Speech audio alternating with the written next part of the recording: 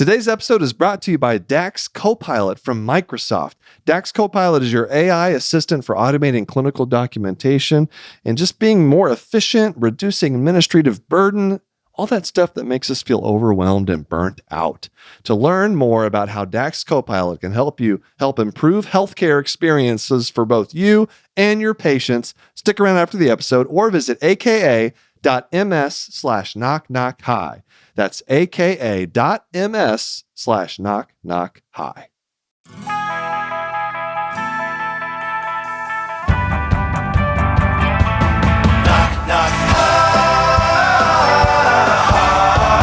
Knock, knock, hi.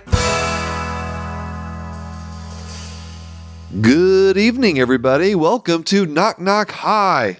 Sorry. No, it's not Knock Knock Hi. It's Knock Knock I with me, your host, Dr. Glockenflecken.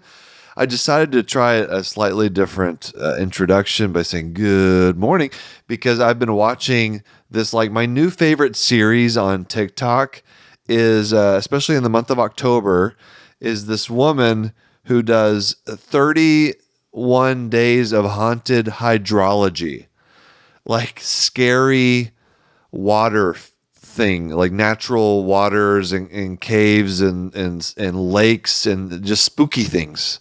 I'm a big spooky guy. I like spooky stuff. I like scary movies.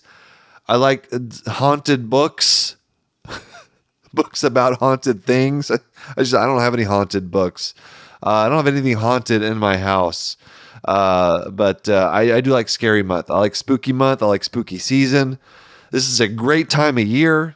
I'm enjoying it. Although I've got something coming up I'm not too excited about.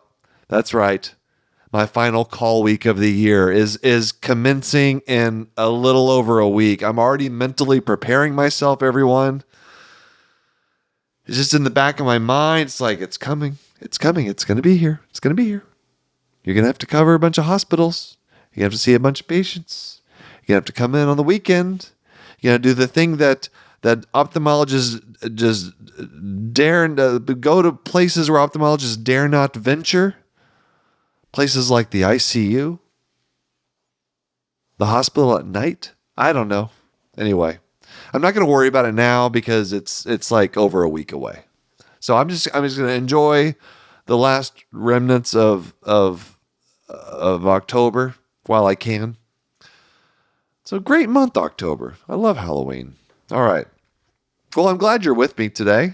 I'm glad you're here to learn about some eyeball stuff, maybe a few other things too. The first thing I want to do right off the bat here, just got back not too long ago from Pittsburgh. We had 2 live shows in Pittsburgh, and I got to say, awesome crowds. Like, we always have like really good crowds, but sometimes the crowds are just engaged. They're ready. They're like, they were so enthusiastic and excited, and more costumes, I think, than I've ever seen. It was almost like they just rarely ever get any internet comedian ophthalmologists coming through for live shows in Pittsburgh. Who knows when the last time that happened? And I loved it. I loved the crowd. They showed up. So all of you in Pittsburgh, if you're listening, if you're watching, thank you for coming out to the show. Wife and Death. We had a wonderful time. I just enjoyed. You've been keeping Pittsburgh a secret. Okay, what's the deal here? Like, I did not know what to expect. Honestly, I did not do any research into what Pittsburgh was like before I went out there. I thought it was just going to be all factories. I don't know why I thought that. I don't know, Steelers, Pittsburgh, it feels like it's like a factory town just by name and from what little I know about it, which is like almost nothing. I thought like just steel mills everywhere, which apparently there used to be a lot of. That's why they were called the Steelers, but not so much anymore. And the town, though, it's not a factory town. No, it's beautiful. There's these rolling hills. The leaves were turning colors. There was the foliage. There was there's wonderful water features, rivers going everywhere, and there's beautiful bridges. It was great. It was very pleasant to look at, Pittsburgh. And so I enjoyed talking about that with the crowd. And I did make a joke about how, why would you ever want to choose to live in Philadelphia when Pittsburgh's an option? They ate that up. I like to do a little bit of pandering to the crowd, not much, not too much that it comes across as heavy-handed. I try to be light with it, but I did do a little bit of pandering. So, but it was coming from the heart because I was very impressed by Pittsburgh. So, shout out to that city. Also, I gotta say, I went to a Steelers game. So this is the thing. Kristen I do a lot of traveling, go to all these cities all over the country, around the world to do speaking. And, I've been doing this for a couple of years now. And Kristen's always telling me, like, you need to have fun when you do these things. What I'm terrible at is that exact thing. I tend to go to these cities, whatever it is, and I'll do the thing I'm supposed to do, and then most of the time hang out in my hotel room and just count down the hours until I go back to see my family again. But Kristen's like, stop it. Like, live your life. I didn't save you for nothing. Go have fun. Do something. And so I did something. In Pittsburgh, I went to a Steelers game by myself. I was like, I'm going to spend a couple $100 on a ticket last minute. And I did. And I went to a Steelers game and I don't regret it. It was awesome. It was actually my first NFL game. I love football. The first time I've been to a game, I was on the 40-yard line, lower level, about, 30 rows up. So I had a nice overview of the field. I could actually see that everything is happening. And I had an awesome time. I was waving my terrible towel around because someone gave one to me at the show. And I'm not a Pittsburgh fan. I rooted for the home team because it was either the Steelers or the Jets. That's an easy decision to make, I think. When you're among the home crowd, you want everybody to be happy around you. So it was really a wonderful time. It made me want to go to a lot more NFL games around the country. So I think that's going to be my mission now. I'm going to try to go to all of the different cities that have NFL teams. I don't know when the next one's going to be. It's probably going to be a while because I don't know if I have much more going on before the end of the season. But it was a lot of fun. I enjoyed it. All right, let's take let's go ahead and take a break, and then I got some number of other things for you guys. All right. Okay, so this is the time of year I've been seeing a lot of posts on social media about interview season for residency. And it kind of shocked me to learn that residency interviews are once again this year almost entirely virtual. So this started with the pandemic, and it's kept going. I guess I thought they would be in person by now. And it sounds like a lot of programs are actually preferring, from what I can see on social media, are actually preferring to do it virtually just because of the costs and time savings that you get, mainly on the applicant side, because it's a tremendous cost.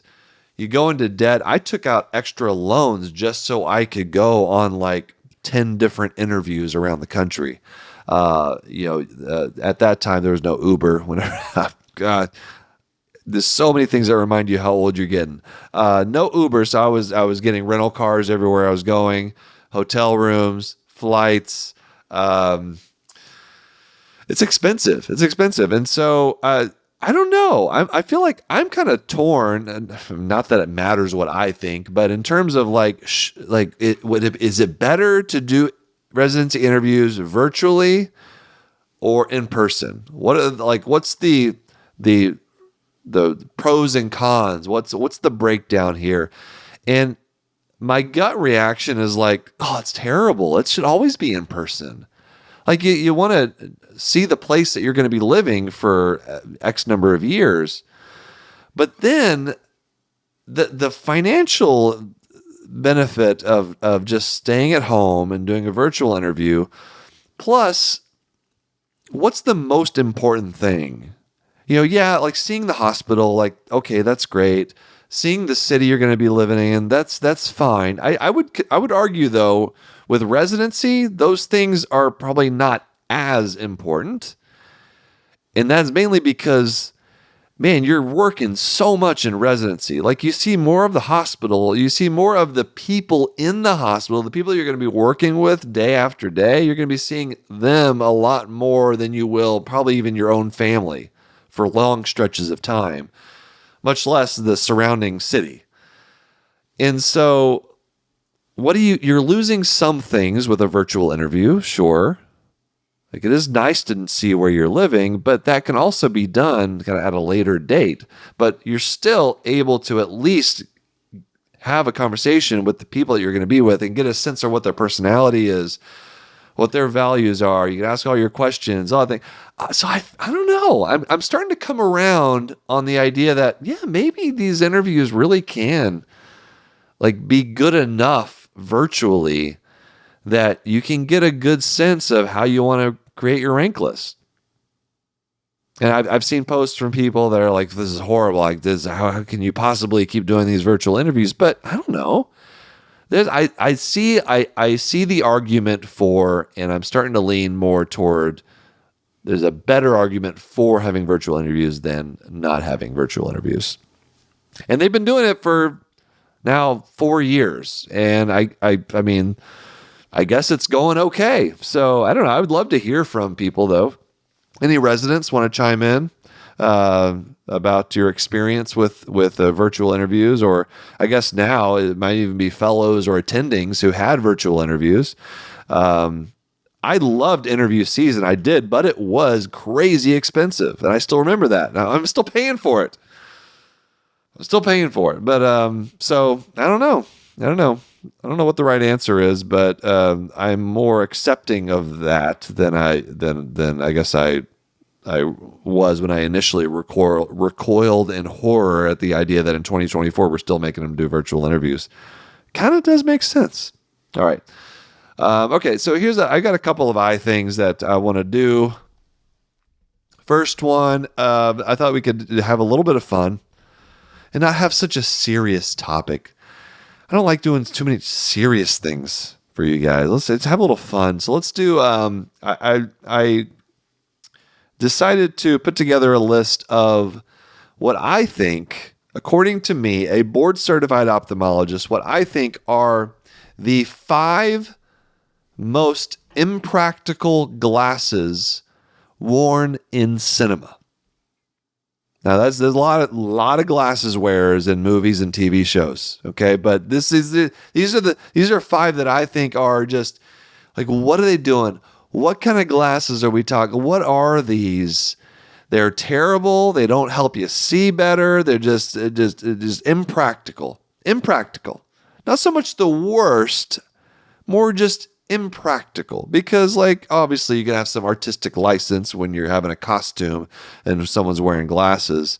I'll use Steve Urkel as an example. Like obviously Steve Urkel's glasses, they're not great. They're not even for the time period. They're not great.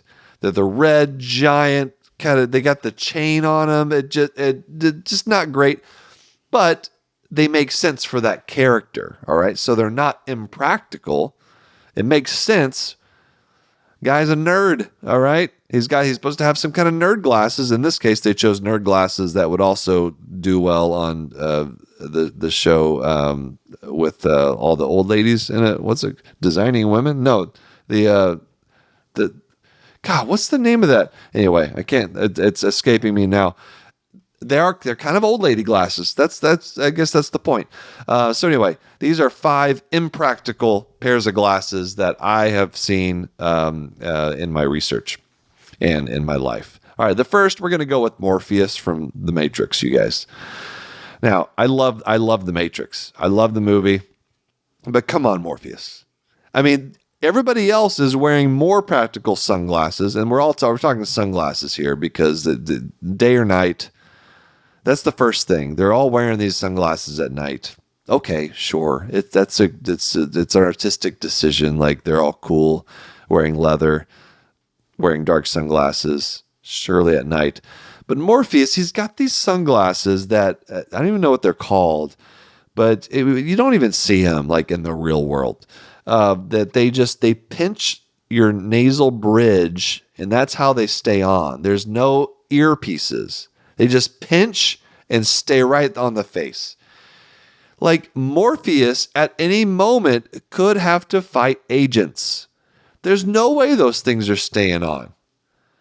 They can't be that well made that they stick to your face that well. It irritates me every time I see them. It irritates me as a connoisseur of eyewear. Not happy with that decision. All right, just give us some normal sunglasses. Like, what's the deal? Is it supposed to be cooler that you just like they don't have earpieces? I don't know. I don't buy it. No, it just seems impractical to me. All right, so Morpheus, not a fan. Not a fan of your sunglasses, bro. Okay. Next, Superman. I mean, technically Clark Kent, right? No. I mean, first of all, we all know, like this. I won't spend a lot of time on this one. It's a costume that's not fooling anybody except everybody in Metropolis, apparently. But clearly, I ding you if they're. I mean, if in the story they're obviously non-prescription glasses. Superman doesn't need glasses. He's super. He has no refractive error. He's not even presbyopic. How could he be? He's perfect in every way. I'm sure his superness, his superpowers extend to his physiology, right? It must. So why would that not extend also to his visual function? He's not presbyopic. All his muscles are so strong. That must include his ciliary muscle in his eye, allowing him an extreme amount of accommodation. That guy, even though in Superman he's 30s, 40s, I'm sure he can. The rest of us have started to dramatically lose our accommodative ability by the age of 40. Superman, Clark Kent, no. Like he's got max accommodation, obviously, because because his ciliary muscles are massive. He's got massive ciliary muscles. Probably causes all kinds of problems. He might even have like plateau iris, maybe even at risk for angle closure glaucoma because of how massive his ciliary muscles are. See, what happens is if you have like excess ciliary muscle, or if it's more anteriorly positioned, then it can bow a part of the iris forward and give you what's called a plateau iris. And if the iris is moved a little bit too far forward, then just like you would see in like a phacomorphic type of glaucoma, where the lens inside the eye, which sits behind the iris, it gets so massive, it starts to push that iris forward until eventually the iris just closes off the trabecular meshwork, and you get high pressure. Well, I just assume Superman would have massive ciliary muscles that would cause the iris to kind of move forward. You get this plateau iris, bam. Closing off the trabecular meshwork. Not great, Superman. Anyway, I'm not a fan of people who are clearly wearing fake glasses. Get a better disguise. Someone else could use those glasses. Who are you fooling? The thing is, though, in the original Superman with Christopher Reeve, you can tell in some of the pictures, he's actually wearing prescription glasses. Like he's got progressive lenses. There's some ad power to the bottom of those lenses. Why? You don't need the help, Superman. You got super physiology. You're not presbyopic. Stop wearing progressive lenses. It doesn't make any sense. All right, I said I wouldn't spend much time on it, but here we are. All right, so that's my second one. Superman, Clark Kent. Next one. We're going to go with Scrooge McDuck. All right. Now, you might have to go and look up Scrooge McDuck's glasses, but they're sitting right on his bill. Very similar in a lot of ways to Morpheus's glasses. There's no earpieces, which kind of makes sense because ducks don't have ears, or at least cartoon ones don't. And but they sit on his bill, and they're so small, he doesn't even look through them. Doesn't look through them. Not one time does he ever actually look through, even when he's reading something. They're so small, and the eyes are so big that pupil does not pass through, the visual axis does not pass through those lenses. No way. Scrooge McDuck is my number 3.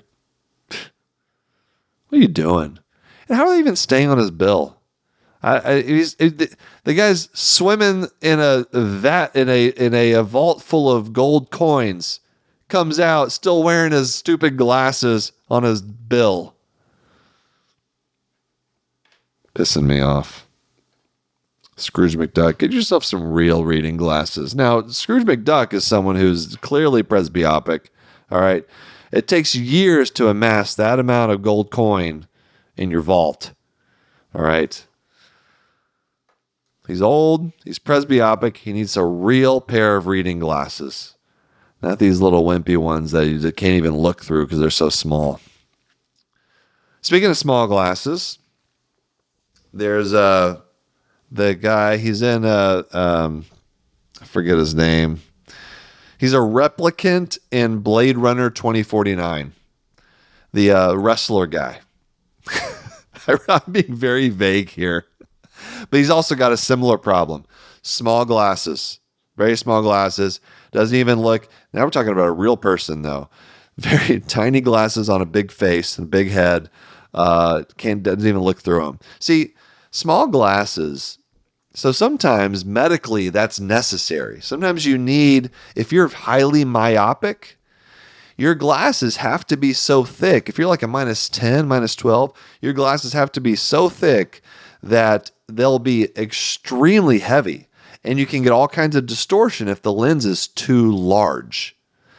So what do? What opticians do, what optical shops do is they will make the glasses much smaller with a high index of refraction so that you can get a smaller lens that sits on the face, is not weighing down somebody and causing pain on the nasal bridge, causing headaches.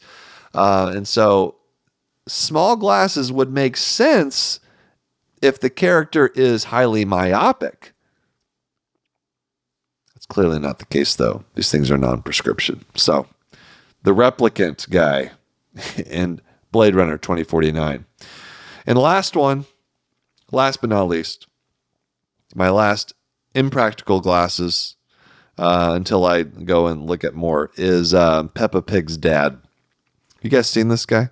You guys seen this illustration? It's outrageous. Peppa Pig, there's no reason. His name is Daddy Pig. I feel very uncomfortable calling him Daddy Pig. But Peppa Pig's dad, Daddy Pig, wears glasses for some reason. Both of his eyes are on the same side of his head.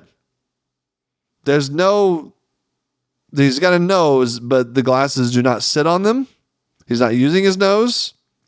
He's got earpieces on his glasses, thank goodness. But from what I can tell, there are actually no ears on the side of his head. They're on the top. There's no ear holes. I don't know where the ear holes are. The glasses just are sitting there with nothing keeping them on. But it's really like, I'm putting myself in the seat of the optician trying to make a pair of glasses for this pig. Wow, that's difficult. Both eyes on one side of the head. Don't know how you do that. How do you keep those things on? They're in good position. Optician did a great job, but I don't know. Not a big fan of that. I just don't give Daddy Pig glasses. Like, let him just go without. How about contacts? Yeah, that it seems like a reasonable option for contact lenses. Anyway, all right, that's it. Let's take a break and we'll talk about something that's actually like real helpful for you in your well, maybe it's not, but at least real information. Okay, here we go.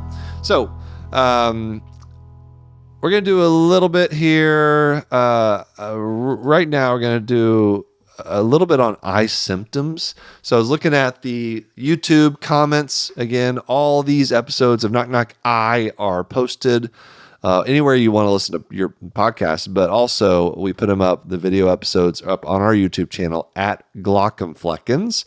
So I was going through the comments on the most recent episode where I talk about child eye problems that you shouldn't ignore.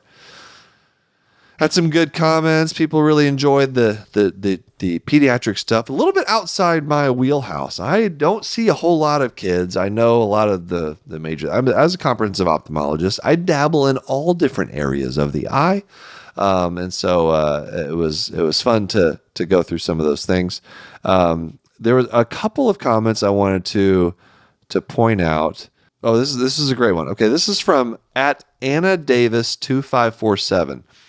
Said, love that you mentioned a head tilt and eye covering. So one of the things that I mentioned with kids is like these are like signs, things you can look for, like as a parent or as a teacher or whatever.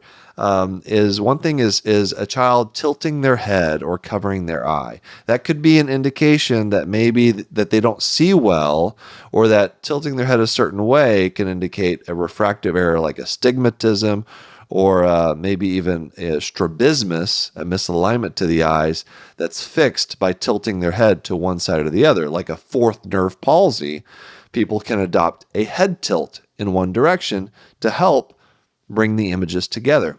So that's something you can look for in kids. And so this @AnnaDavis2547 said, love that you mentioned a head tilt and eye covering. We check for amblyopia as teachers in both kindergarten and first grade.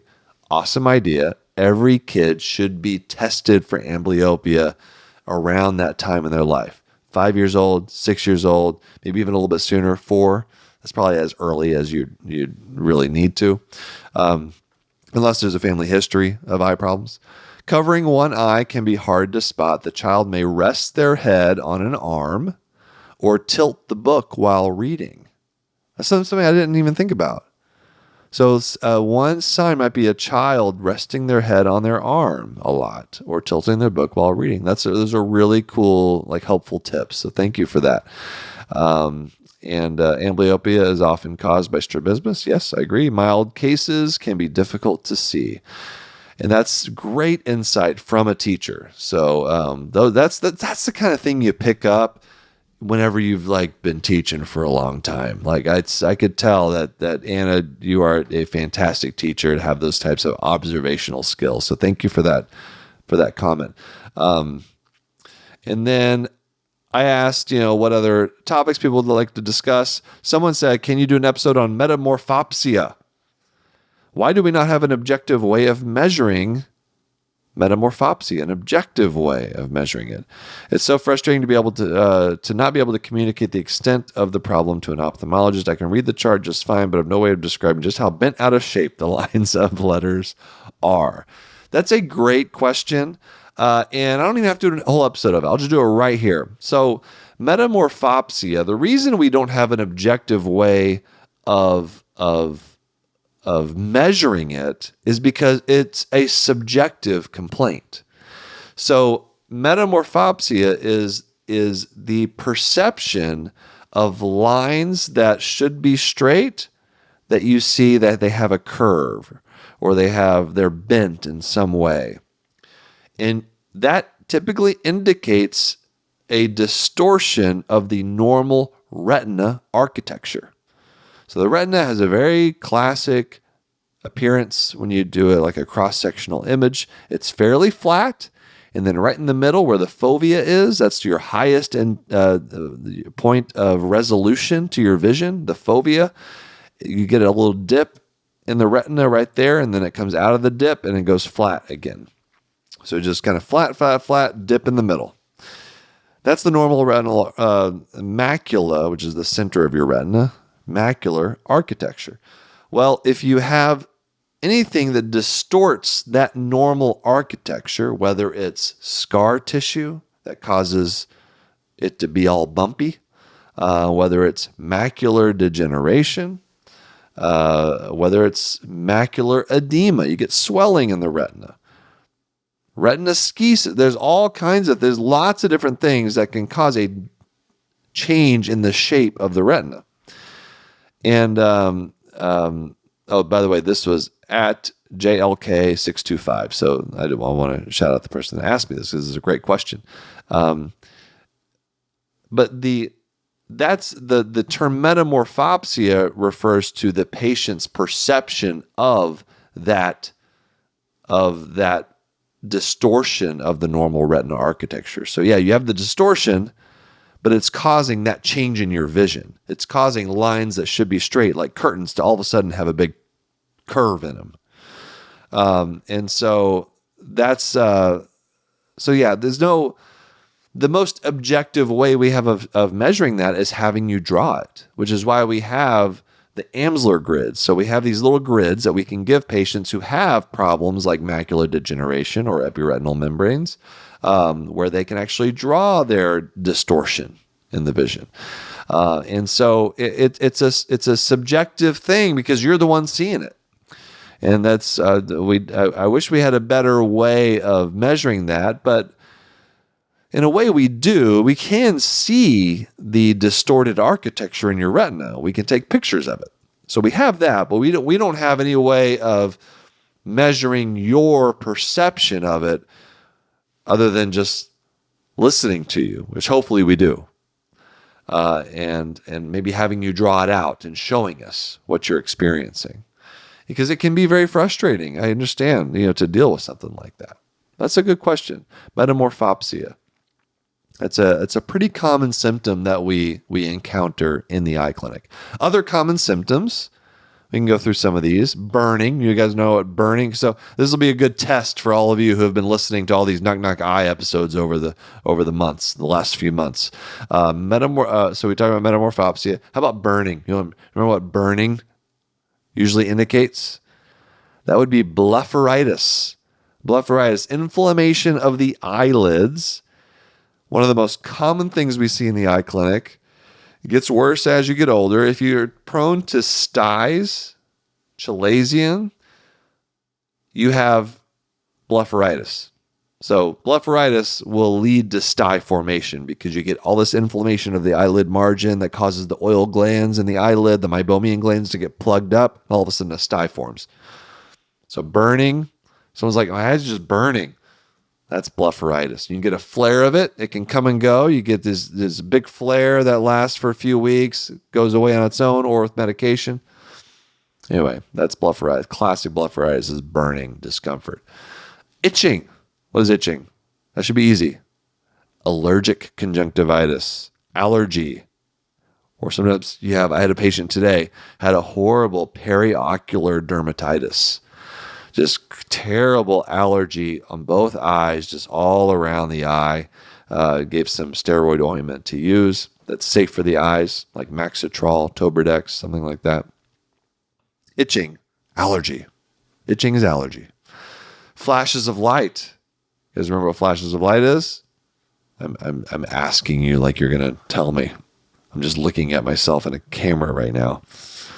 Flashes would be retinal tears or retinal detachments or some kind of retinal pathology, typically a retinal tear. So you come in, we do a dilated exam, put those nasty drops in your eyes that dilate your eye and make you not see anything for a while. 4 to 6 hours those things work. People always ask me, 4 to 6 hours, you won't be able to see. Then we check and make sure you don't have any retinal tears, retinal detachments. How about blackout of your vision? Ooh, that's an interesting one. A vision blackout. Vision went black. That symptom depends. It depends on how long, but it's always typically something serious. So if it's like a second or 2 seconds of blackout vision, maybe whenever you change positions, that's indicative of increased intracranial pressure, and often we would see optic disc edema as a result of increased intracranial pressure. It causes the optic nerves to be swollen. In what we call transient visual obscurations, because we got to have a fancy word for everything, TVOs, a very common sign of or symptom of papilledema or optic disc edema, which are 2 different things, by the way. Optic disc edema is a specific finding in the eye. Papilledema, when you say papilledema, that denotes that the optic disc edema is due to increased intracranial pressure. But there's lots of diseases that give you a swollen optic nerve, optic disc edema, that have nothing to do with increased intracranial pressure. So if you say papilledema to an ophthalmologist, that means you're saying that the patient has increased intracranial pressure. A lot of people use papilledema, really they're just saying that the optic nerve is swollen, but it's not technically papilledema. You wouldn't know that unless you actually got an MRI and did a lumbar puncture to check the opening pressure. And so, anyway, semantic type of thing. All right, so a couple seconds, transient visual obscurations. If it's like 5 minutes or less, then that's kind of scary territory for giant cell arteritis or any kind of blood clot that could be coming. Maybe you got a little blood clot in your or a plaque in your carotid artery that's throwing like little emboli to your retinal vasculature, causing you to have blackout visions. Basically, it sounds that type of vision loss is vascular. So you're thinking, okay, there's something that's causing a loss of blood flow to the retina and causing the vision to black out temporarily, and then it comes back after a few minutes. Hopefully it comes back. If it doesn't come back, then you're looking for like central retinal artery occlusions. But basically, a blackout of your vision, you're thinking vascular, something vascular going on there. So anyway, those are some of the more common eye problems, eye symptoms, I should say, that we see. All right, here's the last vision symptom. How about this? How about a colored, jagged lines in your vision? It lasts for about 15, 30 minutes. Starts off small, gets much bigger. There's color to it. It's like a lightning bolt. Gets bigger, then goes away completely, and you got a headache afterwards. You guys know what that is? That's a migraine. That's an ocular migraine. Yeah, that's the classic appearance of an ocular migraine. Migraine that starts in the occipital lobe and kind of spreads out over the brain. Those are very common, and typically don't mean that there's any kind of, problem with the visual symptom. This is a brain issue. So the eyes, typically for a patient that comes in with that, because we always see patients because people freak out, right? Because they have changed their vision. Are they going blind? No, you have a migraine. It just happens to occur in the occipital lobe in the brain. Your eyes are fine. People are very reassured to know that their eyes are going to be okay. I think that's good. Those are all the vision symptoms that you guys need to hear about today. So we'll do some more. I've got some diagnoses we're going to do. I think next time we're going to do a little bit on limbal stem cell deficiency. That's an interesting one. And I've seen some patients recently with limbal stem cell deficiency, and those are cool treatments and surgeries related to that as well. And so, yeah, we'll do that next time. As well as some more of your TikTok comments. So thank you all. Give me your comments, your concerns, your corrections, all those things. Our YouTube channel at Glaucomfleckens, where you can find these episodes. I always read the comments. All right. I want to hear from you. Let me know what you think, or if you have any suggestions on other topics. I got some good suggestions from you guys that some people asked about torch infections, so intrauterine infections, and how that can affect the eyes. There's some good stuff there, like things like rubella and very interesting things. A little niche, but hey, that's what we're here for. This is for niche. This is it's eyeballs. That's and that's what you come here for, right? But yeah, let me know what you want to hear about. And someone also suggested retinoblastoma, I think. And I think I've talked about that before, but we could always, maybe it's worth it to just go back and redo some of the topics that I've done before. If you guys want to hear it, we'll do it. All right, so that's our show. That's my show. Knock I is mine. No. Thank you all for listening. I'm your host, Will Flannery, also known as Dr. Glockenflecken.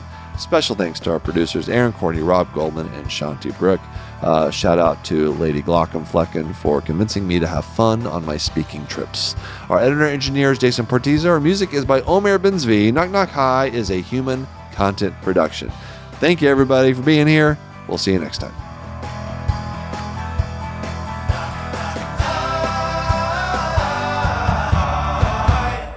Goodbye.